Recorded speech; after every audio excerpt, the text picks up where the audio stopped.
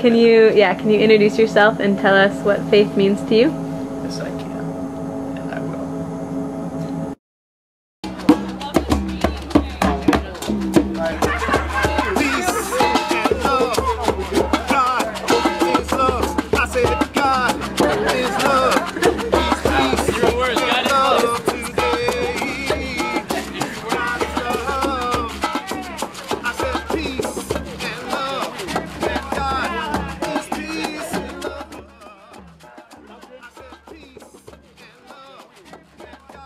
I'm Rachel Richardson. I'm from Tucson, Arizona, and I grew up first in an Episcopal church and then in a Presbyterian church, Christian background.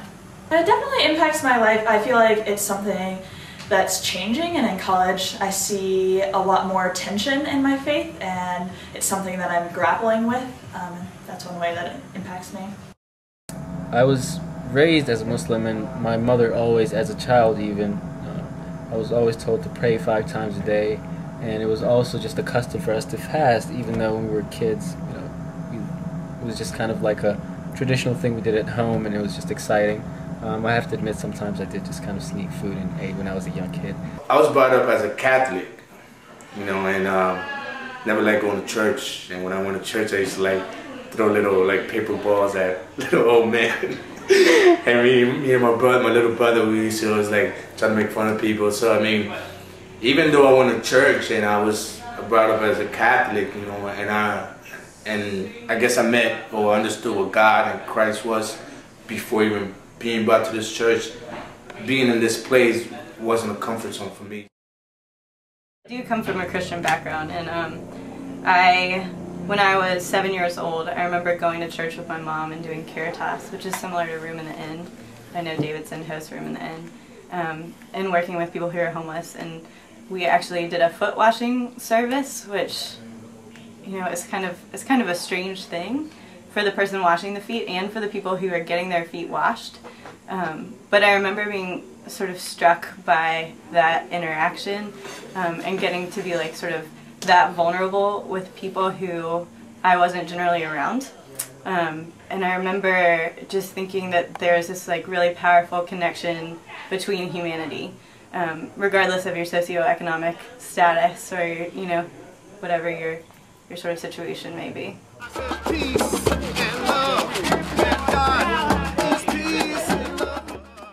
In my faith, there's a lot of emphasis on justice and on relationship and making connections with people who are marginalized and poor, and so that informs some of the work that I do with people who have been pushed to the periphery in our society. For me, I think faith is more about kind of dealing with people or internalizing or embodying good character with people. It impacts my life a lot because you have to pretty much have faith to wake up every day and go through the struggles that you go through, and just you have to know that there's a higher power, and you can always turn to him if you need him. And you just gotta have faith for him to pull you through stuff. Yes, faith is knowing that even though I got paid under the table, that this guy isn't gonna rip me off for my money. Faith is knowing that God is gonna take care of my issue without me having to get angry. I could say I've always kind of knew what God was, because when I was young, I was born in a third world country. My mom was never there. I didn't have a father, so I was always in the streets. So I always had this, I guess, inner feeling, saying that there's something greater than yourself, and saying that helps to protect you. And I guess coming from a descendant of Native Americans, like the Sutiavans, that's the Native American tribe I come from, which descends someone from Mayans. I guess that might be implanted within your blood lineage, so I believe that want or that feeling of knowing that something's out there greater than yourself, so it's been an enemy, and it's always kind of showing its face, but in different ways. And I think one thing that I've become more and more aware of while I've been working here is how attuned to sort of spiritual energy people are. I think maybe when we're in a home and we're really comfortable, we kind of forget that a spiritual realm exists and forget how much our energy affects people. It sounds kind of existential, but I'm actually a Christian, and but I do believe in sort of like how our spirits affect each other.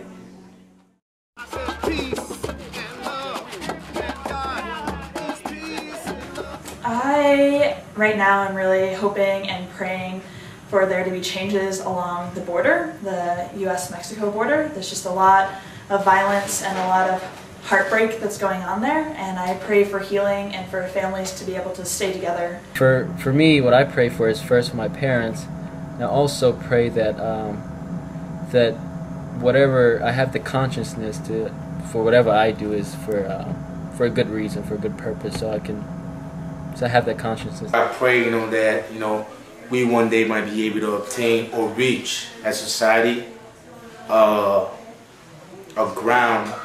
common ground, so like that, people are not outcasted, stereotyped, or looked as inferior because of their belief, maybe ethic or culture or the way they think. I hope and pray that, everybody can just come together and, just quit arguing, and we can all be one, and the economy can kind of kick up and have some more jobs hiring. That way there's not as many homeless people on the streets. I think it's really easy for me to get caught up in my day-to-day, and so I pray often to be awake. So to be present to the things that are happening and the way that God is present in them, and the way that God's moving, and the way that He's trying to teach me.